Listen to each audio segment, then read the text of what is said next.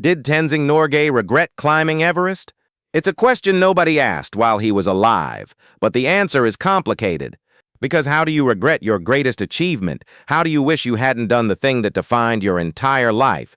But how do you celebrate an achievement that brought you pain? Tenzing lived with this contradiction for 33 years. From the summit in 1953 to his death in 1986, two voices fought inside him.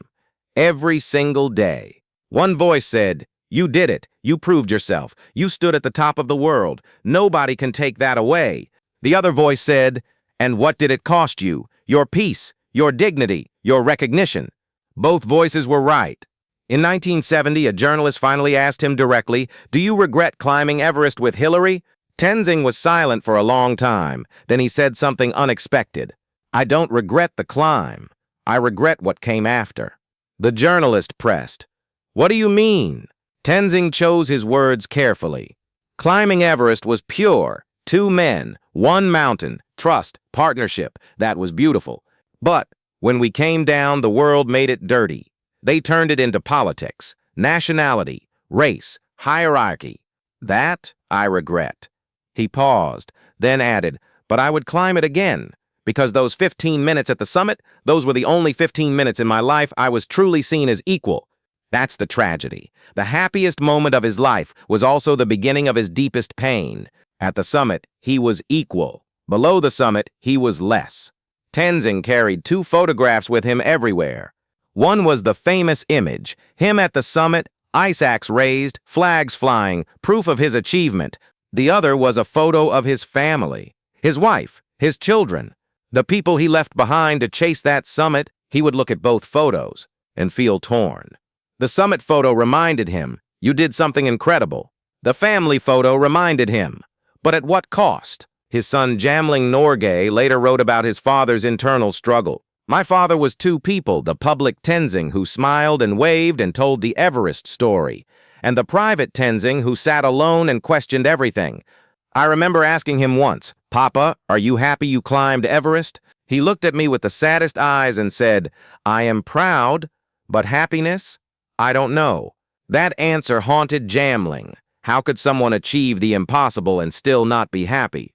But Tenzing understood something most people don't. Achievement doesn't equal happiness. Recognition doesn't equal peace. Success doesn't equal satisfaction, especially when the world takes your achievement and uses it against you.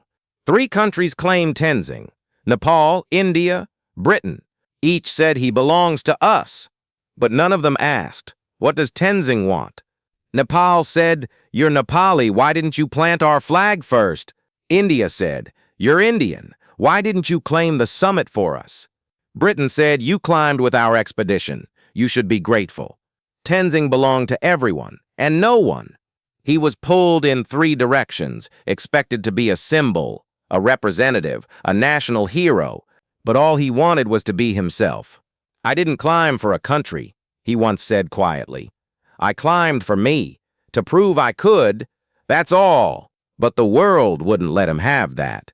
They needed him to be something bigger, something political, and it destroyed his peace. In 1978, 25 years after the summit, Tenzing gave a rare interview. The interviewer asked, "If you could go back to May 29, 1953, would you do anything differently?" Tenzing thought for a long time. "Yes," he finally said. "What would you change?" "I would take the photograph," Tenzing said. The interviewer was confused. What photograph? Of Hillary, at the summit. "I would insist on taking his photograph too." "Why?" "Because then we would both have proof. Both have the iconic image, both be remembered equally." "But Hillary didn't want his photo taken," the interviewer said. "I know," Tenzing replied, "and I respected that, but maybe I shouldn't have. Maybe I should have insisted, for equality." That regret haunted him. Not the climb, not the summit, but that one decision, not taking Hillary's photo. Because without it, the narrative became one-sided. Hillary had no photo, Tenzing had the photo, so the world assumed Tenzing was the one being helped up.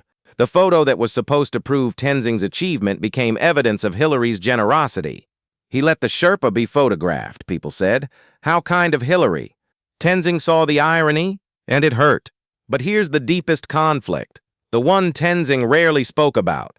Part of him was grateful to Hillary, deeply, genuinely grateful, because Hillary treated him as equal, respected him, fought for him, shared credit. No other Western climber had ever done that. So Tenzing loved Hillary, as a friend, as a partner. But another part of Tenzing resented Hillary, not for what Hillary did, but for what Hillary represented. Hillary was white, Western, British connected. So the world celebrated him, knighted him, made him wealthy. Tenzing was brown, Eastern, from a colonized region. So the world diminished him, forgot him, left him poor. Same mountain, same achievement, different skin, different outcome. Tenzing knew it wasn't Hillary's fault. Hillary fought against it, but knowing that didn't stop the resentment from growing. One night in 1975, Hillary visited Tenzing in Nepal. They sat together, drinking tea, looking at Everest in the distance. Hillary said, "I'm sorry." Tenzing asked, "For what?" "For not being able to fix it. I tried, I fought, but the world wouldn't listen." Tenzing was quiet, then said something Hillary never forgot. "It's not your fault. You did everything you could. But the problem is bigger than you, bigger than me. It's the system. You were born into a world that values you. I was born into a world that doesn't. That's not your fault, but it's also not fair." Hillary had tears in his eyes. "I wish I could change it." "You can't," Tenzing said. "But you tried, and that matters. To me, it matters." They sat in silence, two old men, united by one mountain, divided by the world. In his final years, Tenzing made peace with the contradiction. He was proud of what he achieved, and hurt by how the world received it. Both could be true at the same time. In 1985, 1 year before he died, Tenzing gave his final interview. The question came again, "Do you regret climbing Everest?" Tenzing smiled, a sad, knowing smile. "I regret that the world needed me to climb it to see me as human, but I don't regret proving them wrong. I regret that achievement wasn't enough to earn equality, but I don't regret trying. I regret that my partnership with Hillary was overshadowed by politics, but I don't regret the partnership itself. So do I regret it? No, but I regret what the world did with it." That's the answer. Not simple, not clean, but true. Tenzing Norgay climbed Everest, and it was the best and worst thing that ever happened to him. The best because he proved himself, achieved the impossible, stood as equal. The worst because the world refused to let him keep that equality. He lived the rest of his life caught between pride and pain, achievement and erasure, love and resentment. That's the human cost of breaking barriers. When you're the first from your community to achieve something great, you don't just climb the mountain. You carry the weight of everyone who looks like you, everyone who comes after you, everyone who expects you to be perfect, to be grateful, to not complain. Tenzing carried that weight for 33 years, and it was heavy. Not as heavy as the loads he carried on those early expeditions, but heavier in a different way. Because physical weight you can put down, emotional weight, that stays with you until the day you die. On May 9, 1986, Tenzing Norgay died in Darjeeling, India. He was 71 years old. His final words to his family were, "I am at peace. I did what I needed to do. The rest is not my responsibility." He let go, finally, the mountain, the achievement, the pain, the pride, all of it. And he was free.